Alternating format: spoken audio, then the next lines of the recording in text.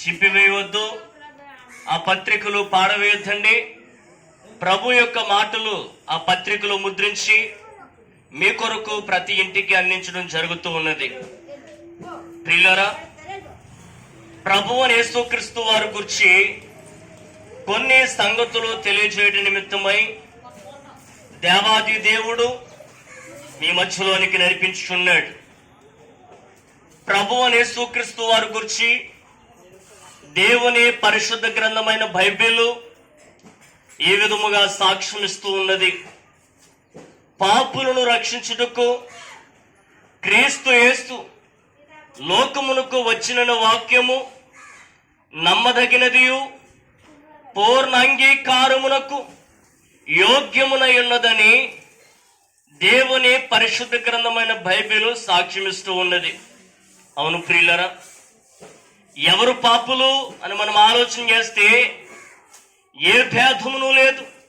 మనుషులందరూ పాపము చేసి దేవుడు అనుగ్రహించు మహిమను పొందలేకపోతూ ఉన్నారని, ఇట్టి మనుషులందరూ మరణానికి శిక్షకును పాత్రులుగా జీవిస్తూ ఉన్నారని, దేవాది దేవుడు నివాసం చేసేటువంటి ఆ నిత్య మోక్ష రాజ్యంలోనికి ప్రవేశించలేకపోతూ ఉన్నారని లేఖనాలు మన విషయమే సాక్ష్యం ఇస్తూ ఉన్నాయి.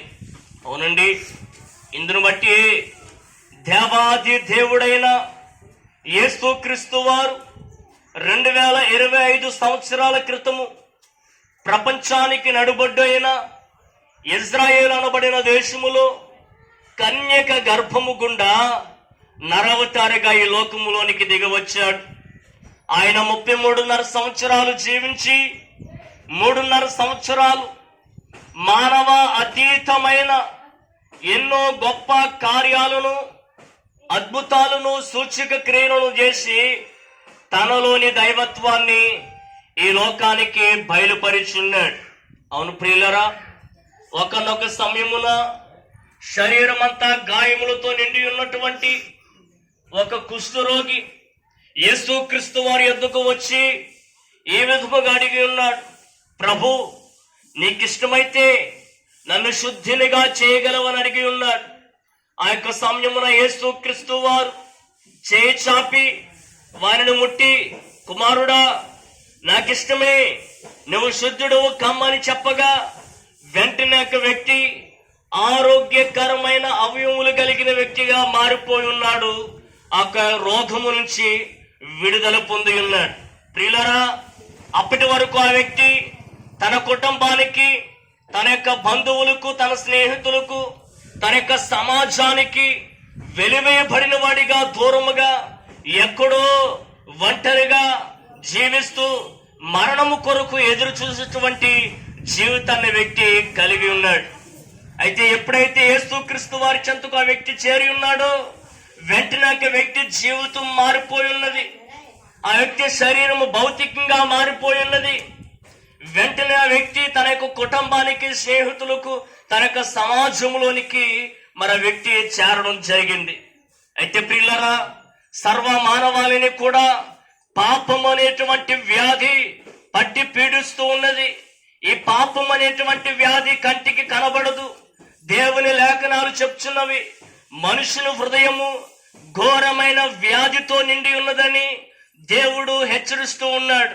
అవును ప్రియులరా, ఈ భౌతికమైనటువంటి శరీరంలో ఉన్నటువంటి రోగాలు, వ్యాధులు, అనేకమైనటువంటి రకాలు కలిగినటువంటి టెక్నాలజీ, మరి ఎక్స్రేలు, స్కానింగ్లకు దొరుకుతాయేమో కానీ మన హృదయం అనేటువంటి వ్యాధి, మన హృదయం అనేటువంటి ఘోరమైనటువంటి పాపములో నిండి ఉన్నటువంటి మన హృదయమును మరి ఏక టెక్నాలజీ కూడా దొరకనటువంటి పరిస్థితి ఉన్నది. అయితే ప్రియులరా, యేసుక్రీస్తు వారు చెప్పుచూ ఉన్నారు, నా యొద్దకు రండి, మీకు పాప క్షమాపణ, విడుదల కలుగు చేస్తానని ప్రభు చెప్పుచూ ఉన్నారు. మారు మనసు పొందండి, సువార్తను నమ్మండి అని ప్రభు చెప్పుచూ ఉన్నారు. అయితే ప్రియులరా, సర్వమానవాళి పాపములు పరిహరించుట కొరకై దేవాది దేవుడైన యేసుక్రీస్తు వారే నరవతారిగా శిలువ మ్రాను పైన ఘోరమైన శ్రమలను పొంది నిలువెల్లా గాయపరచబడి తన దైవ పరిశుద్ధ రక్తమును నీ కొరకే నా కొరకే దారులుగా వలిపించి ఆయన శాపగ్రహిగా సిలువలో మరణించారు.